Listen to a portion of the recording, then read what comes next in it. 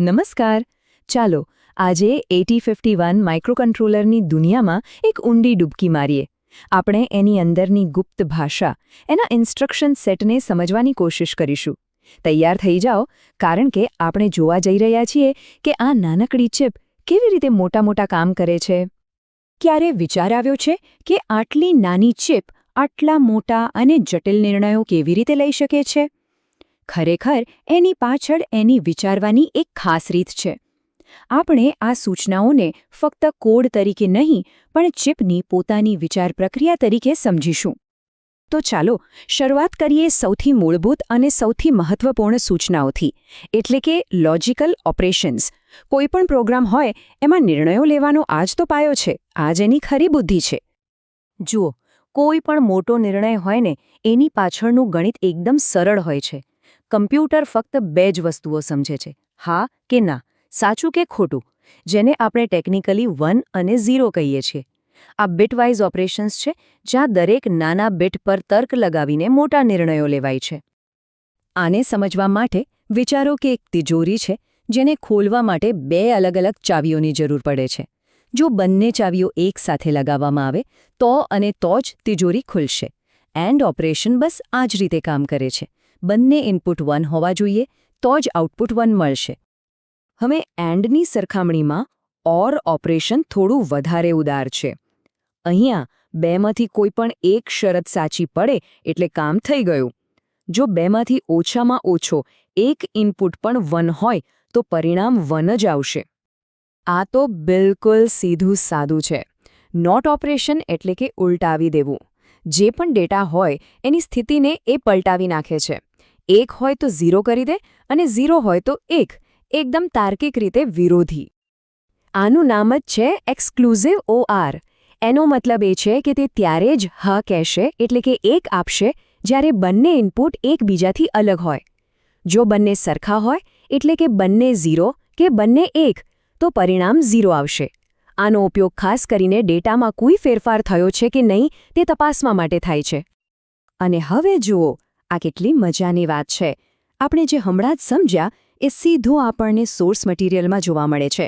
અહીંયા સ્પષ્ટપણે ANDL એટલે કે એન્ડ અને ORL એટલે કે OR સૂચનાઓનો ઉલ્લેખ છે. આ જ એ મૂળભૂત સાધનો છે જેનાથી 8051 વિચારે છે.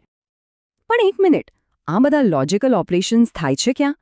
આ સવાલનો જવાબ આપણને 8051ના બિલકુલ હૃદય સુધી લઈ જાય છે.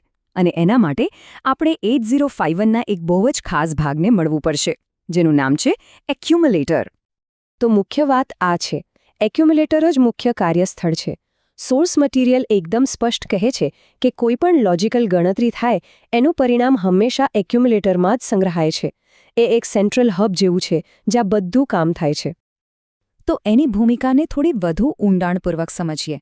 એક્યુમ્યુલેટર ખાલી પરિણામો સ્ટોર નથી કરતું. ઘણીવાર તો એ ગણતરી માટે જરૂરી ડેટા પણ પોતે જ પૂરો પાડે છે. એટલે કે એ એક જ સમયે ડેટાનો સ્ત્રોત પણ બની શકે અને પરિણામનું લક્ષ્ય પણ. સારું, તો હવે આપણે એ તો સમજી ગયા કે ચિપ વિચારે કેવી રીતે, પણ વિચારવા માટે ડેટાને યોગ્ય જગ્યાએ ગોઠવવો પણ પડે ને. તો ચાલો હવે સૂચનાઓના બીજા પ્રકાર પર જઈએ, વિનિમય સૂચનાઓ, જે ડેટાની અદલાબદલીનું કામ કરે છે. કોઈ પણ ગણતરી કરતા પહેલા સાચો ડેટા સાચા સમયે સાચી જગ્યાએ હોવો ખૂબ જ જરૂરી છે. જો ડેટા વ્યવસ્થિત ન હોય તો કોઈ પણ પ્રક્રિયા આગળ વધી જ ન શકે. ડેટાની ગોઠવણ એ ગણતરી માટેની પહેલી અને સૌથી જરૂરી શરત છે. ચાલો હવે સીધા સોર્સ મટીરિયલ પર નજર કરીએ. અહીં આપણને એકદમ સ્પષ્ટ કોષ્ટક આપેલું છે, જે ડેટાની અદલાબદલી માટેની મુખ્ય સૂચનાઓ બતાવે છે. ચાલો એને તોડીને સમજીએ.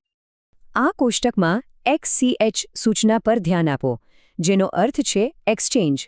તે એક્યુમ્યુલેટરમાં રહેલા 8 બીટ ડેટાને બીજા કોઈ સ્થાન સાથે અદલાબદલી કરી નાખે છે. પણ એનાથી પણ રસપ્રદ છે XCHD સૂચના. અહીં Dનો મતલબ છે ડિજિટ. આ સૂચના આખા બાઇટની નહીં, પણ ફક્ત નીચેના 4 બિટ્સ એટલે કે નિબલની અદલાબદલી કરે છે. આ ખૂબ જ ખાસ કામગીરી માટે ઉપયોગી છે. આ અદલાબદલીની પ્રક્રિયા કેવી રીતે થાય છે એને સમજવા માટે એક મસ્ત ઉદાહરણ છે. માની લો કે તમારી પાસે 2 ગ્લાસ છે, એકમાં પાણી અને બીજામાં દૂધ. હવે તમારે એમની અદલાબદલી કરવી છે. કેવી રીતે કરશો? તમારે ત્રીજા ખાલી ગ્લાસની જરૂર પડશે. કમ્પ્યુટર પણ બસ આ જ રીતે એક કામચલાઉ જગ્યાનો ઉપયોગ કરીને ડેટાની અદલાબદલી કરે છે. તો અત્યાર સુધી આપણે બે મુખ્ય વસ્તુઓ જોઈ. એક, વિચારવા માટેની સૂચનાઓ એટલે કે લોજિકલ, અને બીજી, ડેટા ખસેડવા માટેની સૂચનાઓ એટલે કે એક્સચેન્જ. હવે ચાલો જોઈએ કે આ બંને સાથે મળીને કેવી રીતે જાદુ કરે છે. અને આ જ તો આખી વાતનો સાર છે. દુનિયાનો કોઈ પણ જટિલ પ્રોગ્રામ હોય એની પાછળ આવા નાના અને સરળ બિલ્ડિંગ બ્લોક્સ જ હોય છે. બસ એમને બુદ્ધિપૂર્વક જોડીને જ જટિલ કામગીરી બનાવવામાં આવે છે. તો હવે અંતમાં એક વિચારવા જેવો સવાલ. જો મૂળભૂત તર્ક અને ડેટાની હેરફેર એ જ કોઈ પણ પ્રોગ્રામનો પાયો હોય, તો કલ્પના કરો કે ફક્ત આ સરળ સાધનોનો ઉપયોગ કરીને કેટલા જબરદસ્ત અને શક્તિશાળી પ્રોગ્રામ્સ બનાવી શકાય છે. આના પર જરૂર વિચાર કરજો.